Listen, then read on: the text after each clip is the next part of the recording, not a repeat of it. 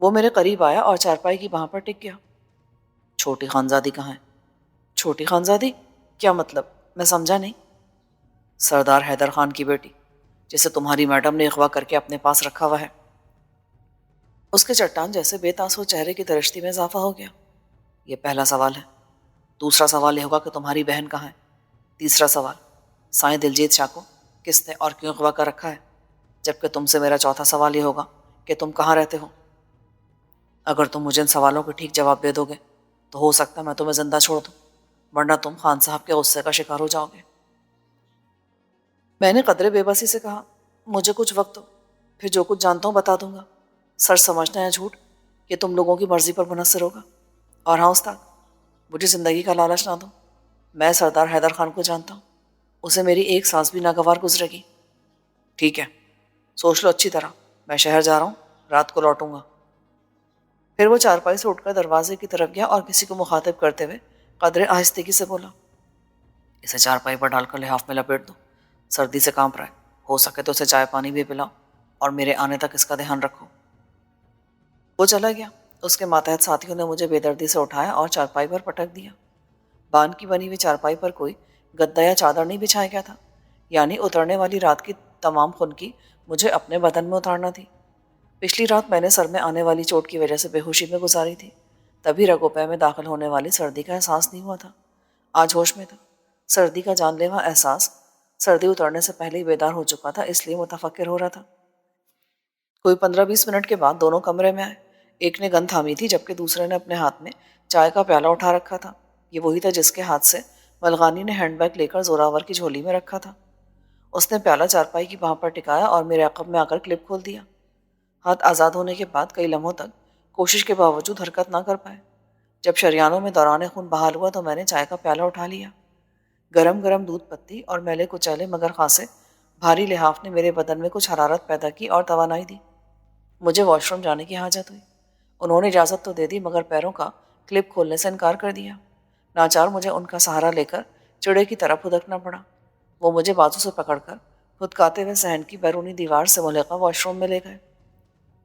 شام کے سائے رخت سفر لپیٹ رہے تھے۔ کچھ ہی دیر میں اندھیرا چھانے والا تھا۔ میں نے کمرے کو پہچاننے میں غلطی نہیں کی تھی کیونکہ یہ وہی حویلی تھی۔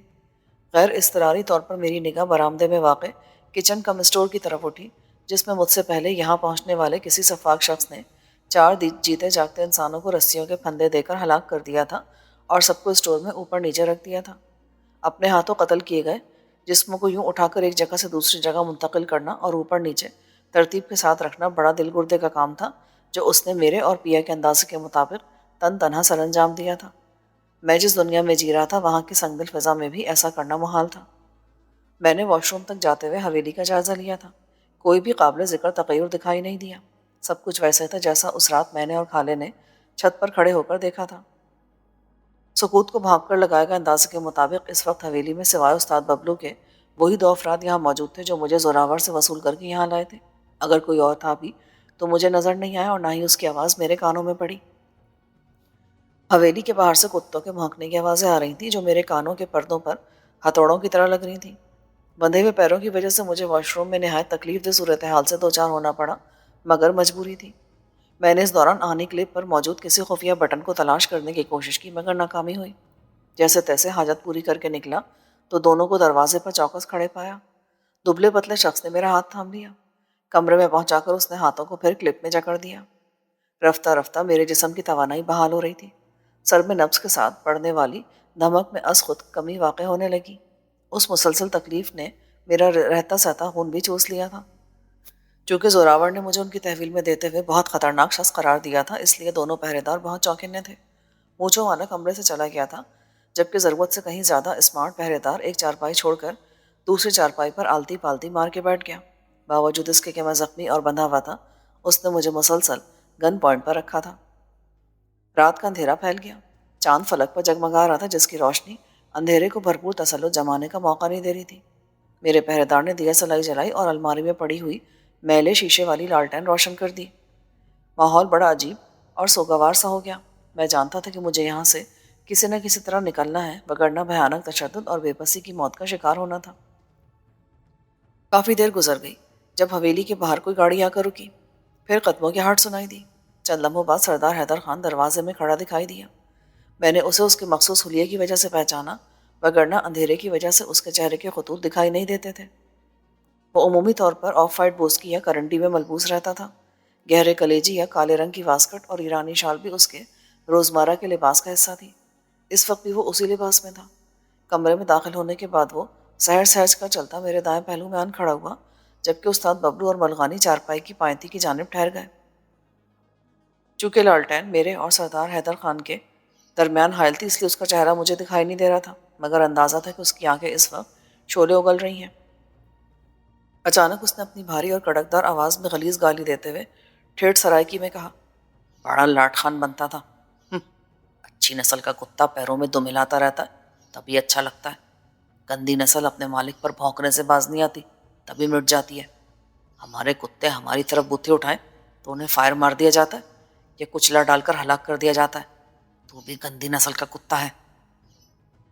میں نے بدقت تمام اپنے کھولتے ہوئے خون کو زہر اگلنے سے روکا اور جواب نہ دیا۔ بتاؤ بھوتنی دے بچے، خانزادی کہاں ہے؟ میں نے اپنے ذہن میں گزشتہ حالات کی تجزیاتی فلم چلا کر فیصلہ کر لیا تھا کہ مجھے کیا بتانا ہے اور کیا نہیں۔ میں نے ٹھہرے ہوئے لہجے میں کہنا شروع کیا، اسما، اپنی گندی زبان سے خانزادی کا نام نہ لو ورنہ بھی زبان کاٹ کے پھینک دوں گا۔ اس نے میری بات کاٹی۔ میرا دماغ گھوم گیا۔ میں نے خون کی گھونٹ پی کر کہا، وہ میاں دلبر کے پاس ہے۔ وہ کیڑا میاں دلبر؟ میاں دلبر حسین، میں اس کے بارے میں بس اتنا جانتا ہوں کہ وہ لاہور کے علاقے کا کوئی مشہور سیاستداں ہے۔ میں نے اس کے غصے کی پرواہ نہ کرتے ہوئے کہا۔ اس کے ہونٹوں پر قفل لگ گیا۔ ببلو، میں کیا سندا پیا؟ ہاں؟ ببلو کی سرد آواز میرے کانوں میں پڑی۔ آپ جو پوچھنا چاہتے ہیں پوچھیں، آپ کے بعد اس کے بیان کی پرکھ کرنا اور سچ نتھارنا میرا کام ہے۔ حیدر خان میری طرف مڑ کر دھاڑا، اگر تم نے جھوٹ بولا تو مجھ سے برا کوئی نہیں ہوگا۔ میاں صاحب کا خانزادی والے میں سے کیا تعلق ہے؟ اس نے خانزادی کو 2 کروڑ روپے میں خریدا تھا۔ کیوں؟ یہ تو میں نہیں جانتا۔ اس نے یہی کہا تھا کہ وہ سردار حیدر خان کی ماں پر یہ سودے بازی کر رہا ہے۔ حیدر خان کے منہ سے مغلظات کا طوفان امنڈ آیا۔ اس نے میڈم، میاں دلبر حسین اور مجھے بے نقط سنائی۔ اس دوران مجھے 4-5 لاتیں بھی رسید کیں جو لحاف کی وجہ سے زیادہ مؤثر ثابت نہ ہوئی۔ ببلو نے اپنے منہ پھٹ فرعون کا غصہ ٹھنڈا کیا اور سرد لہجے میں مجھے کہا، شہریار، اگر تمہاری کوئی بھی بات غلط ثابت ہوئی تو میں تمہیں زندہ نہیں چھوڑوں گا، یہ سوچ کر بولو۔ تمہاری کہی ہر بات کو میں پرکھوں گا اور اس کے بعد تمہاری زندگی کا فیصلہ کروں گا۔ میں جانتا ہوں کہ میری زندگی کا فیصلہ ہو چکا ہے۔ جو کچھ جانتا ہوں وہی بتا رہا ہوں۔ اسے میری بے خوفی نے مضطرب کیا، مگر وہ فوری طور پر اپنے قابو میں آ گیا۔ میرو شاہ نے مجھے اس کے بارے میں یہی بتایا تھا کہ وہ اپنی قلبی کیفیت کو چہرے پہ نہیں آنے دیتا۔ یہ اس کی بہت بڑی خوبی تھی جس کا مظاہرہ میں اپنی آنکھوں سے دیکھ چکا تھا۔ خانزادی کو کون میاں دلبر کے پاس چھوڑنے کے لیے گیا تھا؟ میں۔ کہاں؟ بورے والا میں۔ مجھے سخی محمد کی باہم پہنچائی ہوئی معلومات یاد تھی اور میں نے اپنی کہانی میں صداقت کا رنگ بھرنے کے لیے انہی معلومات کا سہارا لیا۔ بورے والا شہر میں؟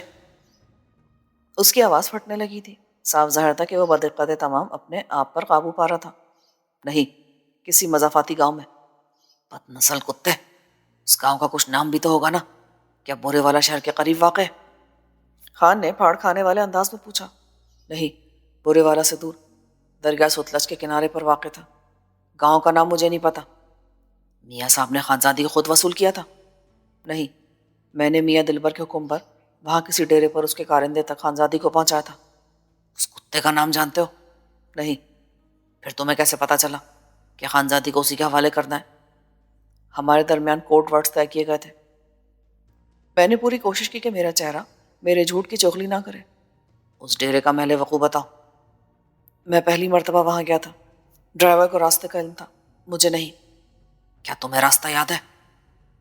وہ مجھ پر تھوڑا سا جھکا اور سانپ کی طرح پھنکارا۔ اس کے منہ سے شراب کی ناگوار بو آ رہی تھی۔ ہاں، میں جا تو سکتا ہوں، مگر لوکیشن کے بارے میں کچھ نہیں بتا سکتا۔ میرا جھوٹ اپنا اثر دکھا رہا تھا اور میرے سر پر مسلط فوری موت کو ٹالنے لگا تھا۔ میری دانست میں اب وہ عصمت تک رہنمائی اور اس کی بازیابی تک مجھے قتل کرنے کی حماقت نہیں کر سکتا تھا۔ خانزادی کو تیری کنجری مالکن نے کیوں اغوا کیا تھا؟ اس بات کا علم آپ کو ہے خان صاحب؟ اس نے ایک زوردار تھپڑ میرے منہ پر رسید کرتے ہوئے پھاڑ کھانے والے انداز میں کہا، گدھی کے بچے، مجھے ہر بات کا علم ہے، پر میں تیرے منہ سے سننا چاہتا ہوں۔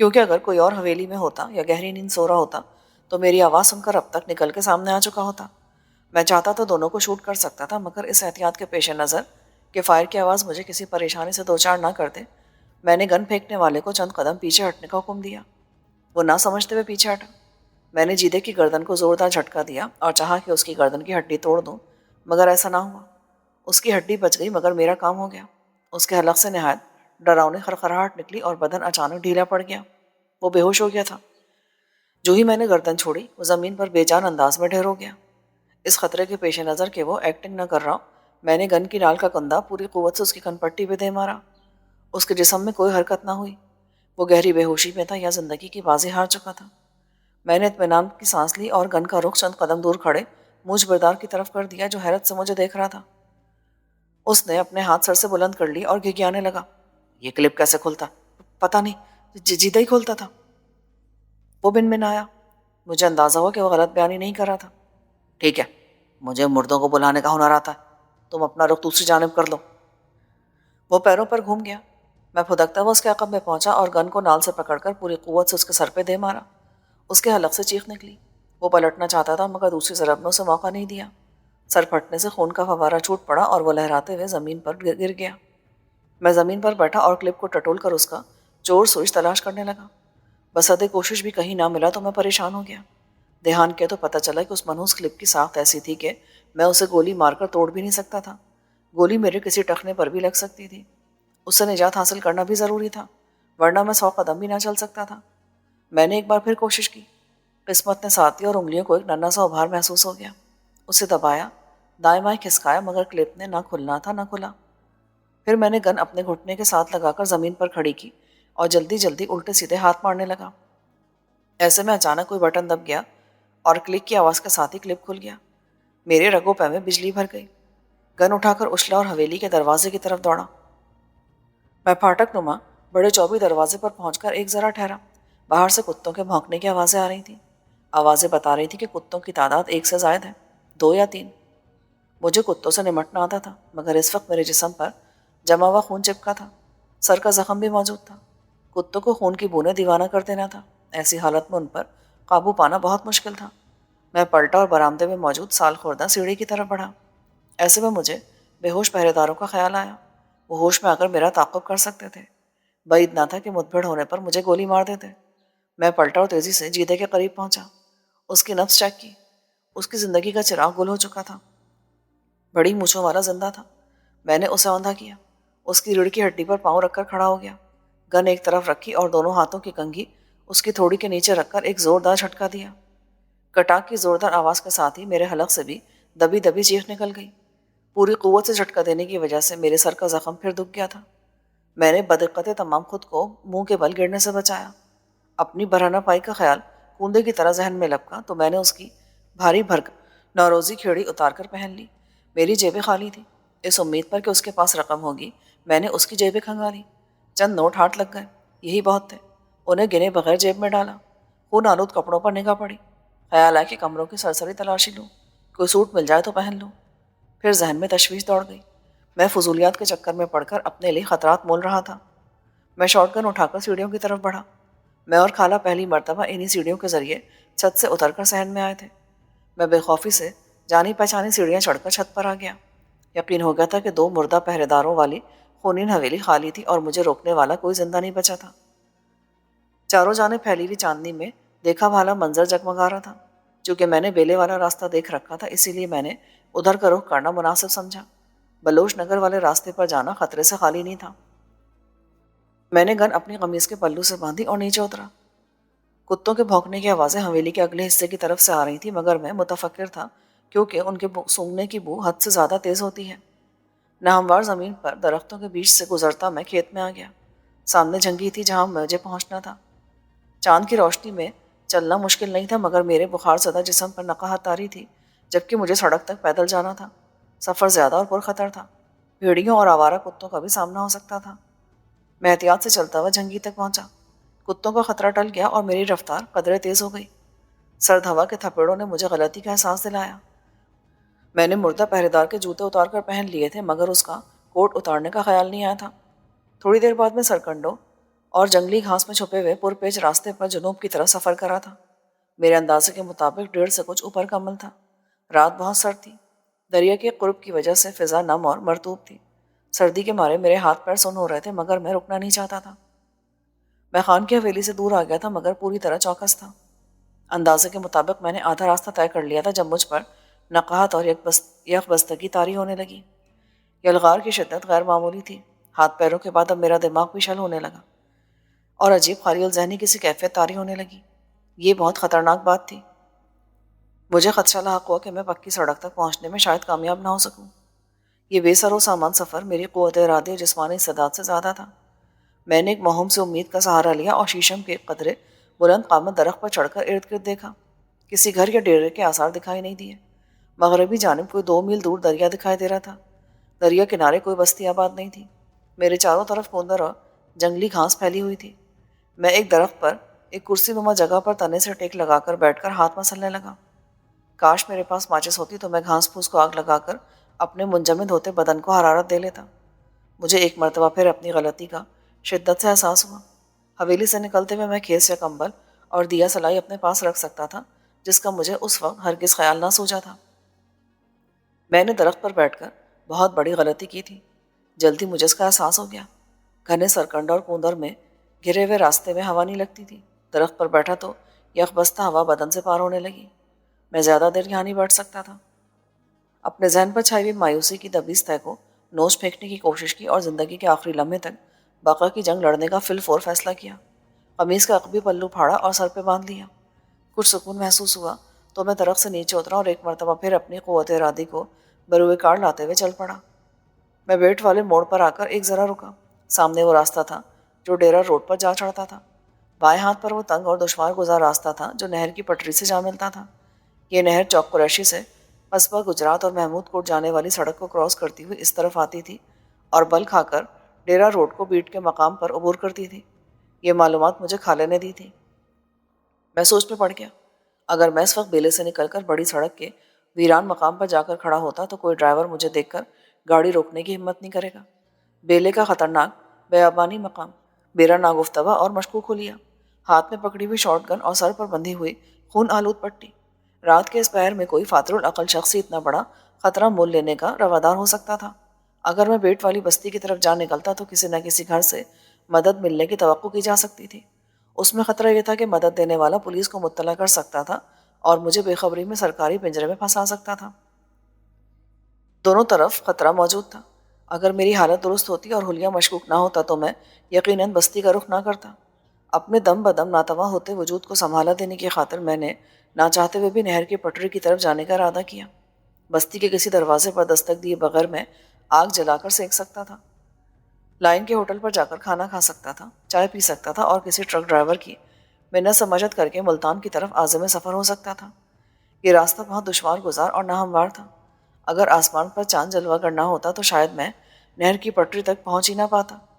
ٹھوکر کھا کر گرنے کے بعد اٹھنے کا یارہ نہ تھا۔ جب میں خوابیدہ بستی میں پہنچا تو میرے قدم بری طرح ڈگمگا رہے تھے۔ وزنی نوروزی کھیڑی میرے پیروں کو بری طرح کاٹ رہی تھی، مگر میں اسے اتار پھینکنے کی غلطی نہیں کر سکتا تھا۔ میں کوئی گھنٹہ بھر پیدل چلا تھا۔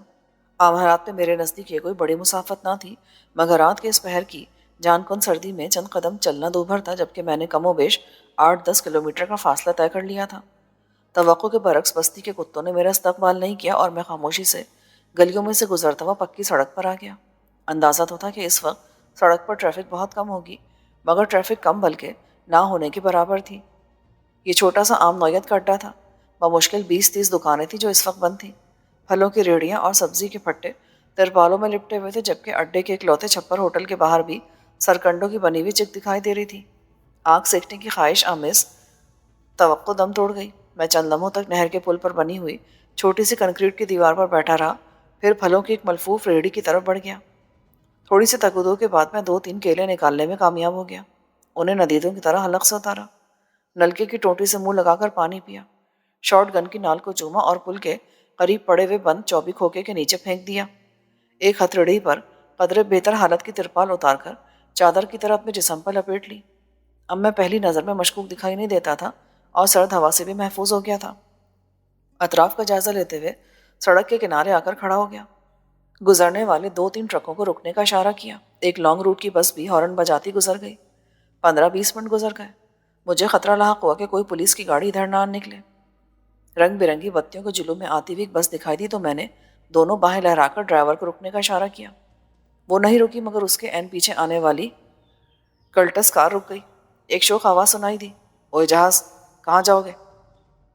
میں جلدی سے قریب ہوا۔ گاڑی کی اندرونی لائٹ آن تھی۔ دھمکدار آواز میں ٹیپ پلیئر پر لتا کا کوئی گانا چل رہا تھا۔ ڈرائیونگ سیٹ پر نہایت وجی اور خوش لباس جوان بیٹھا تھا جو پہلی نظر میں ہی کھلنڈری طبیعت کا مالک معلوم ہوا۔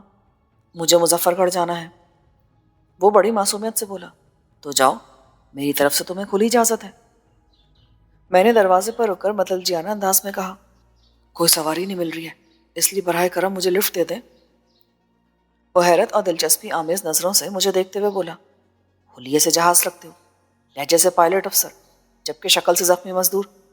کمال کے آدمی ہو یار تم، چلو آؤ بیٹھ جاؤ، کیا یاد کرو گے؟ میں نے عقبی دروازہ کھولا تو وہ جلدی سے بولا، نہیں یار، اگلی سیٹ پر آؤ۔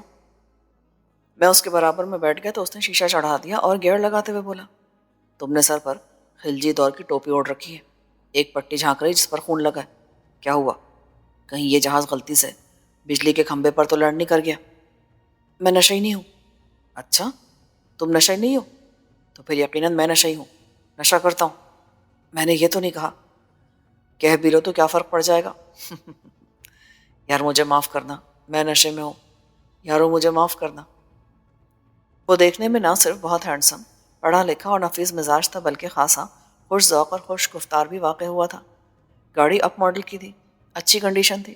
اس نے بڑا شاندار سوٹ پہن رکھا تھا، بال نسبتاً چھوٹے اور فوجیوں کے انداز میں تراشیدہ تھے۔ چونکہ گاڑی کا ہیٹر چل رہا تھا اس لیے اس کی سیٹ پر کوٹ لٹک رہا تھا۔ یار تم نے میرا ایکس رے کر لیا کیا؟ اپنی الٹرا ساؤنڈ رپورٹ بھی دکھا دو۔ کہ تم کچھ اپنے بارے میں بھی کہو، خاموشی مجھے اچھی نہیں لگتی۔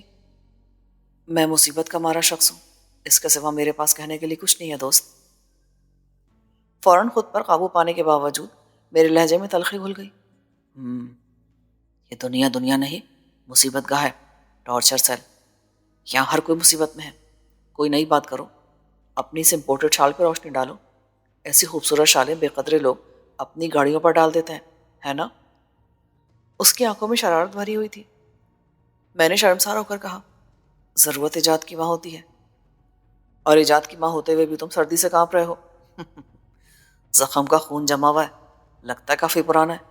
یقیناً تمہیں پٹی بدلوانے کا وقت نہیں ملا۔ نام کیا ہے تمہارا؟ اسلم علی۔ میں نے جھوٹ بولا اور سر جھکا لیا۔ میں اس کی نظروں میں مشکوک ہو گیا تھا۔